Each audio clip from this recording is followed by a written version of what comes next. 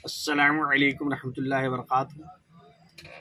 यूनानी शिफा खाने में आपका एक बार फिर स्वागत है, इस्तकबाल है। आज हम आपको जानकारी देंगे शिलाजीत के बारे में। इससे पहले भी हमने शिलाजीत के बारे में जानकारी दी है। शिलाजीत एक मल्टीपर्पज़ टॉनिक होता है, यानी कि एंटीबायोटिक सभी कामों पर, सभी बीमारियों पर काम करता है। बहुत सारे लोगों के जहन में है कि ये केवल सेक्सुअल होता है और इसे मर्द हजरात ही इस्तेमाल करते हैं। ऐसा बिल्कुल भी नहीं है। इसे लेडीज़ें भी इस्तेमाल कर सकती है और ये ताकत के लिए रहता है।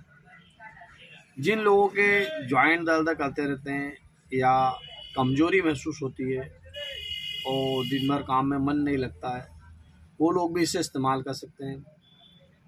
जिन महिलाओं को माहवारी में तकलीफ है या दुबली पतली महिलाएं या हमेशा चिड़चिड़ापन रहता है, वो महिलाएं भी इसे इस्तेमाल कर सकती हैं। और पुरुषों के लिए तो ये हेयर टॉनिक शुक्राणु बढ़ाने के लिए, वीर्य को गाढ़ा करने के लिए या नॉर्मल कमजोरी या आपको दुबलापन है, सभी पर काम करने वाला शिलाजीत होता है। शिलाजीत में बहुत सारे पेटेंट होते हैं। शिलाजीत देखो, ये बना बना है, मतलब शिलाजीत आता है, ये कुदरती होता है पत्थर के पसीने का।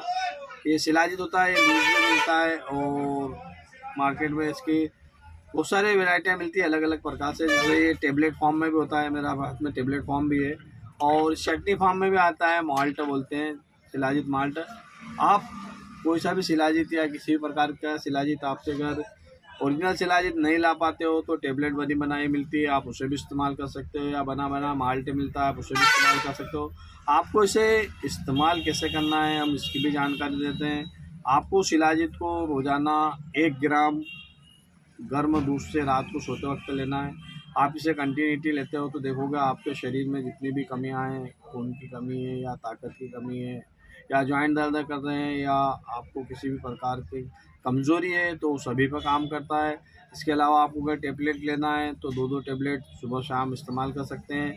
माल्ट लेना है तो 1 चम्मच रोज़ाना सुबह आप दूध में माल्ट मिलाकर यानी कि चटनी मिलाकर इस्तेमाल कर सकते हो। शिलाजीत के कई प्रकार आते हैं। आप शिलाजीत कहीं से भी लाइए, इस्तेमाल कीजिए और फ़ायदा उठाइए। आपको फ़ायदा हो जाए तो दूसरों को बताइए ताकि दूसरे भी इसका फ़ायदा उठा सकें।